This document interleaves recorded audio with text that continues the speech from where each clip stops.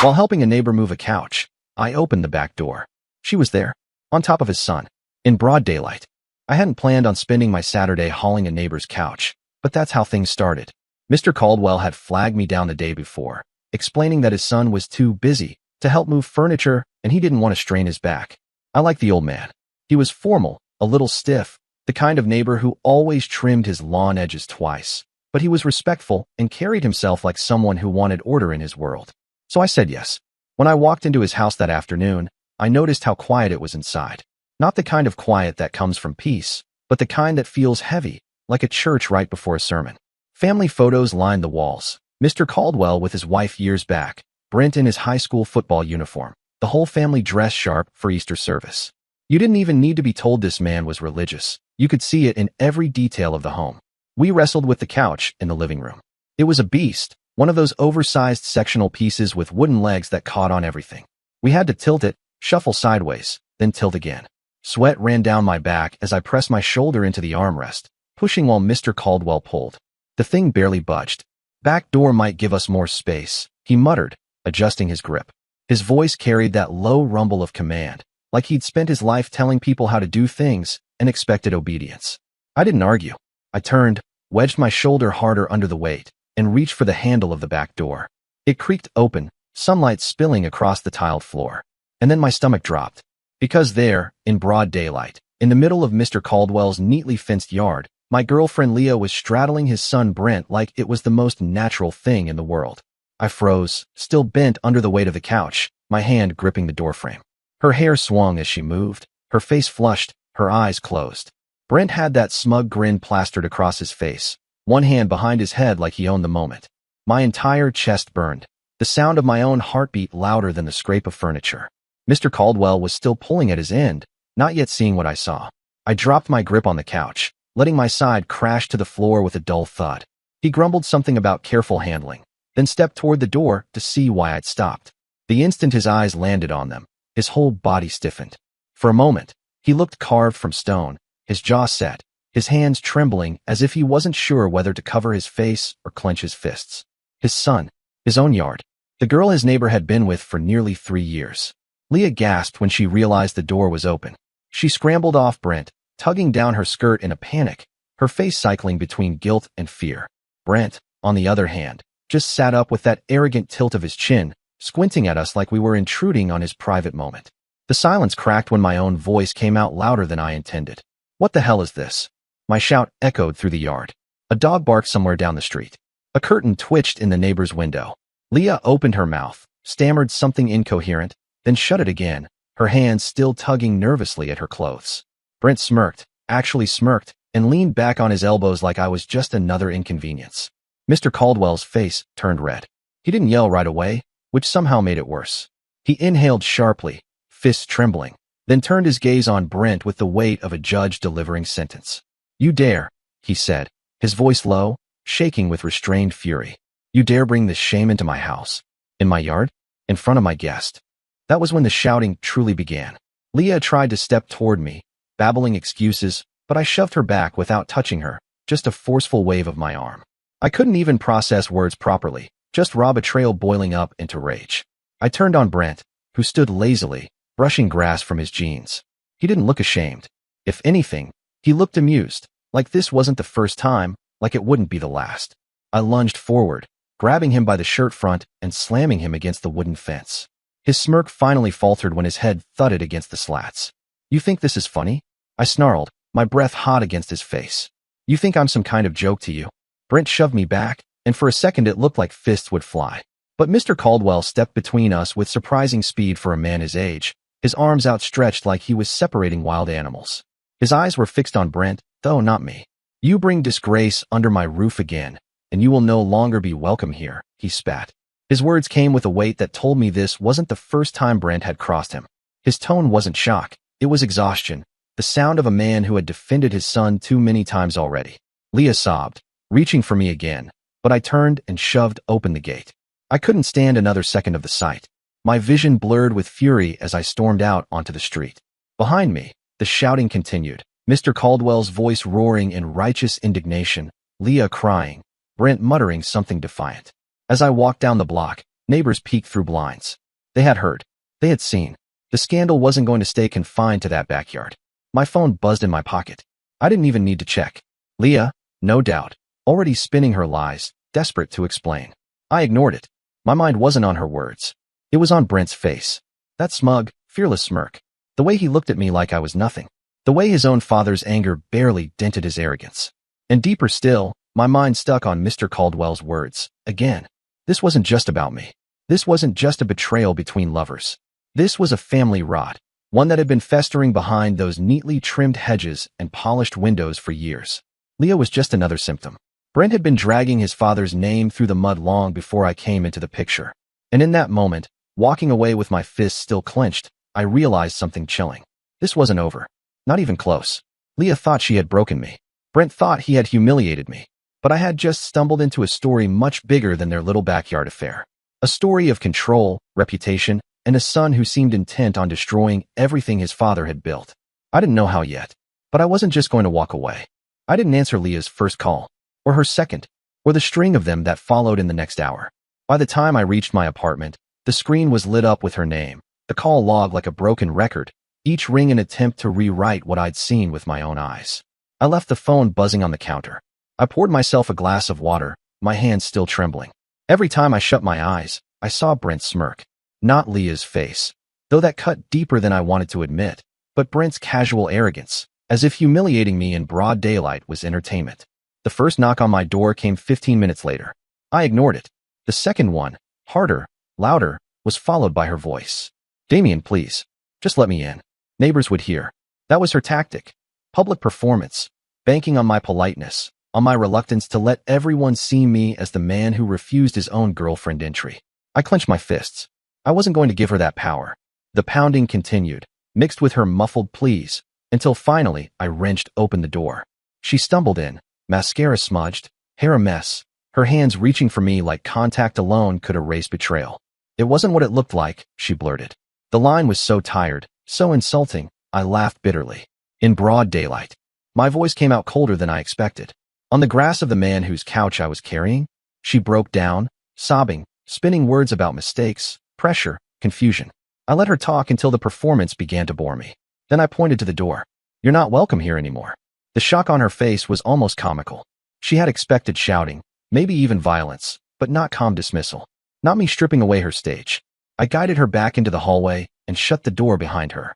For the next hour, I listened to her cry, plead, threaten, then finally stomp away.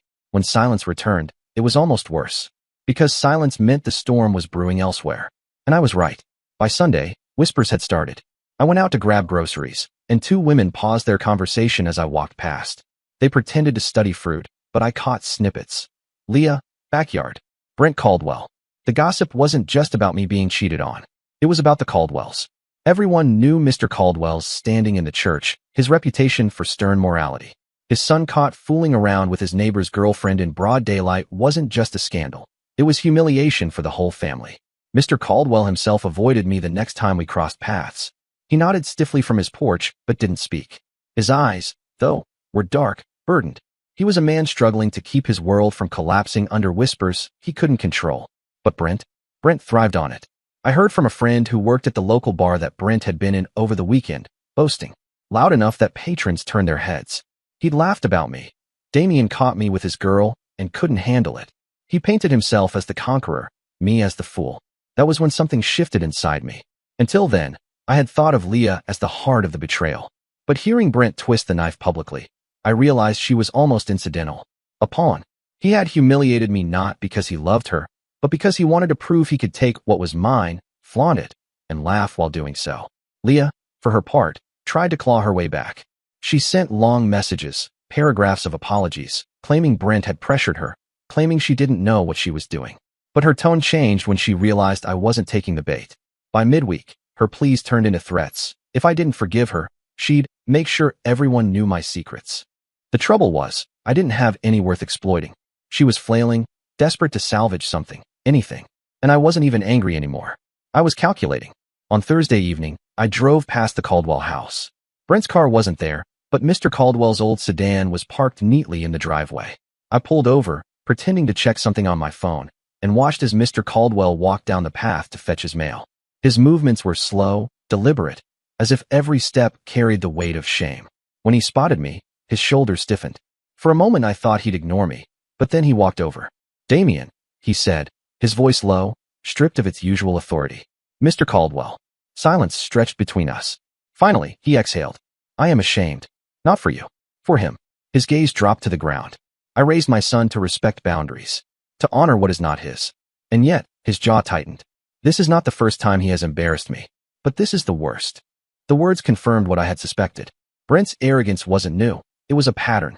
And his father, for all his sternness, had been covering for him, hoping discipline would someday take root. "He doesn't even care," I said quietly. Mr. Caldwell's eyes flashed. "That is what burns me most." His fists clenched, veins rising. "He feels no shame. He laughs. He mocks. And people look at me, as if my household is a circus." I nodded slowly. The cracks in the family's foundation weren't just showing. They were splitting wide open.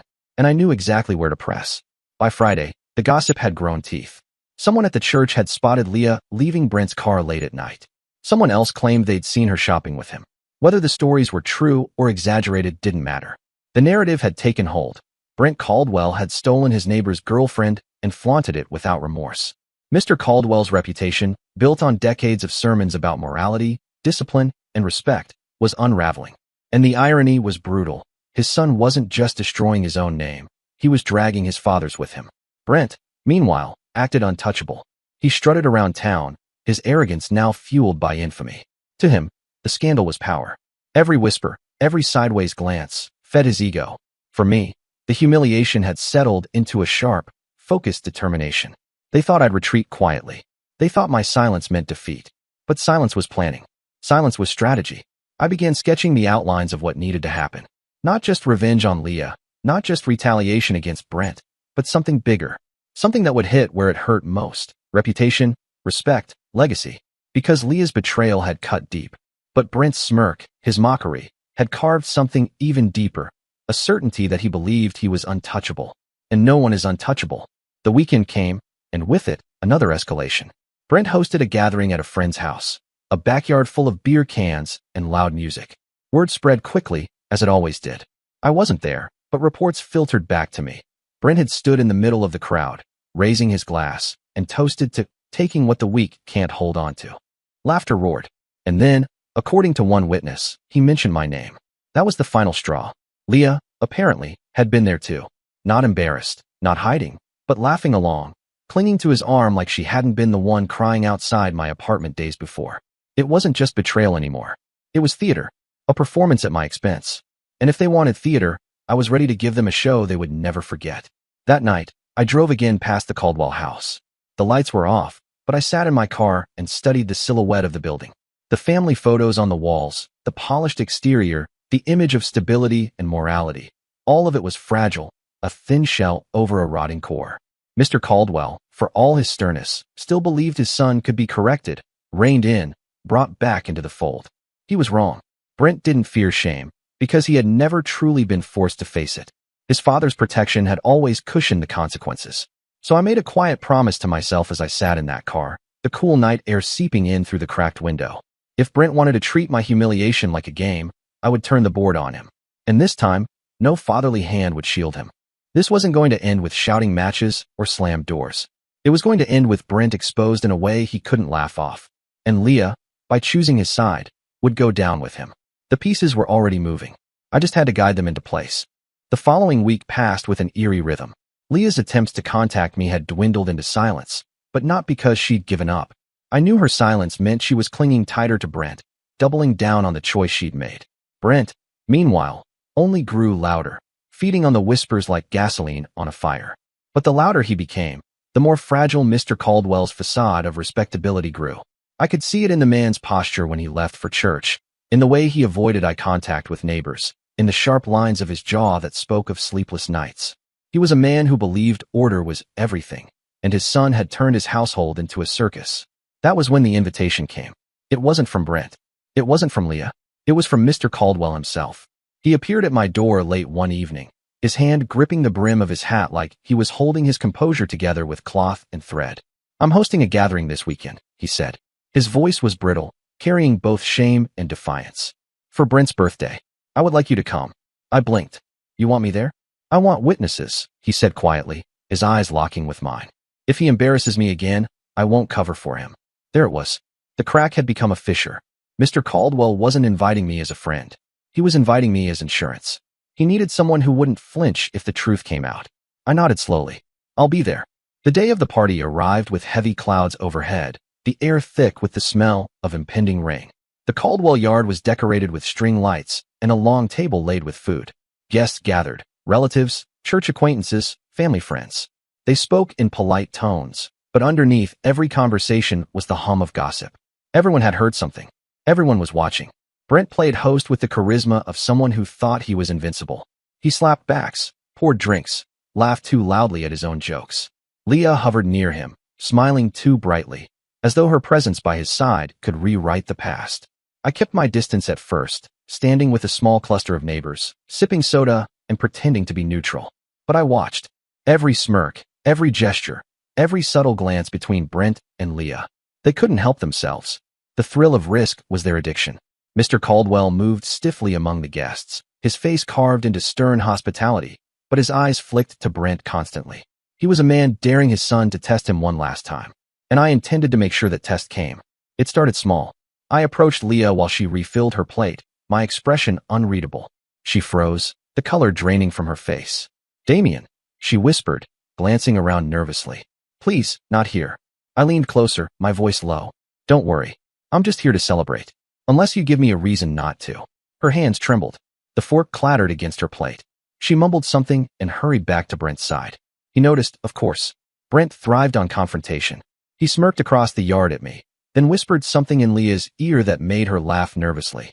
The game had begun. An hour in, the party was in full swing.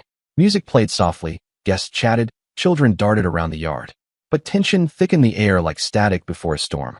Brent drank too much, his laughter carrying over the crowd.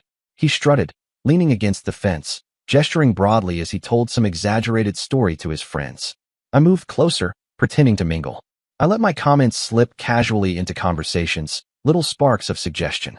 Funny how some people never learn respect. Reputation's fragile, isn't it? One wrong move, and it's gone. Some hosts forget whose roof they're under. I didn't have to point fingers. The whispers carried themselves. Heads turned toward Brent, toward Leah. And Brent, drunk on arrogance, only fed the fire. It was inevitable. At some point, he tugged Leah's hand and whispered something to her. She glanced around nervously, then followed him toward the house. They thought they were subtle. They weren't. I waited a few moments, then approached Mr. Caldwell. You might want to check inside, I said softly. His eyes narrowed, suspicion warring with dread. He moved past me, his shoulders tense, and disappeared into the house. I followed. The hallway was dim, the muffled hum of party chatter behind us. Mr. Caldwell's footsteps echoed against the wooden floor. We reached Brent's room at the end, the door slightly ajar. And there it was. Again. Leah, perched on Brent's lap, her hands clutching his shirt. Brent, smirking, his voice low and mocking. They hadn't even bothered to lock the door. Mr. Caldwell froze. His face contorted with fury, shame, disbelief, but not surprise. This was the moment he had feared, the proof he could no longer deny. He shoved the door open with such force it slammed against the wall. The crash startled Leah, who stumbled off Brent, her face pale. Brent looked up, his smirk faltering for the first time. In my house, Mr. Caldwell thundered. His voice shook the walls. Under my roof. With the same shameless arrogance as before. Guests began to gather behind us, drawn by the noise. Heads peered around the corner, whispers rippling. And then the room was full. Cousins, neighbors, church friends, all staring, their eyes wide, their mouths open. The silence that followed was suffocating. Leah tried to speak, but her words dissolved into sobs. Brent stood, his fists clenched, but his bravado cracked under the weight of so many eyes. Mr. Caldwell stepped forward, his finger trembling as he pointed at his son. You have disgraced this family for the last time. The words hung in the air like a verdict. The room erupted. Relatives gasped, some shaking their heads, others muttering prayers. Friends exchanged looks, their suspicions confirmed. A woman at the back whispered, in front of everyone, her tone dripping with disdain. Leah crumpled, covering her face with her hands. Brent tried to laugh it off, muttering something about privacy, but no one believed him. The smirk was gone, replaced by the twitching jaw of a man who realized too late that his safety net had vanished. Mr. Caldwell's voice cut through the chaos. Out. Both of you. Out of my house. Out of my sight. Leah sobbed harder, begging, but Brent just stood frozen, his arrogance shattered. Finally, he shoved past the crowd and stormed into the night. Leah stumbled after him, humiliated, her sobs echoing down the hallway. The guests lingered, whispering, exchanging looks of pity for Mr. Caldwell, of disgust for Brent and Leah. The house that once symbolized order now stood as a monument to disgrace. And I stood at the back, silent, watching the scene I had orchestrated unfold. Not a word spoken, not a hand raised, but every move nudged carefully into place. Brent had wanted theater. He had it. But this time, the performance ended with his mask ripped away. When the crowd dispersed, Mr. Caldwell remained in the hallway, his shoulders slumped, his breathing heavy. For a moment, he looked older than I had ever seen him. Thank you, he whispered hoarsely, though his eyes never met mine. I nodded. Words weren't necessary, because we both knew this wasn't just about me anymore. It was about a father finally seeing the monster he had shielded too long, and a son realizing that arrogance cannot protect you when the curtain finally falls. That night, as I drove home, the image burned into my mind wasn't Leah crying or Brent storming out. It was the look on Mr. Caldwell's face. The moment he finally broke. And I knew part 3 wasn't the end. It was the fracture before the collapse. The real consequences were still to come. After that night, the Caldwell household was never the same. The string lights from Brent's birthday party were still dangling in the yard the next morning, but they looked like decorations left after a funeral. Mr. Caldwell's car sat motionless in the driveway, while Brent's truck was gone. The air around the neighborhood carried a strange silence, as if everyone was waiting to see what the old man would do next. The whispers, however, didn't wait. By Sunday, the entire congregation knew. Brent Caldwell and Leah, my Leah, had been caught in his room during his own birthday party, with half the church present to witness it. The whispers weren't whispers anymore. They were discussions in daylight, traded openly in the pews, muttered after sermons, dissected over Sunday lunches. For a man like Mr. Caldwell, whose entire life was built on reputation, discipline, and religious authority, it was a public crucifixion. And unlike the quiet mistakes of his son's past, bar fights, drunk driving, whispered affairs with girls who eventually left town, this one couldn't be covered up. Too many witnesses.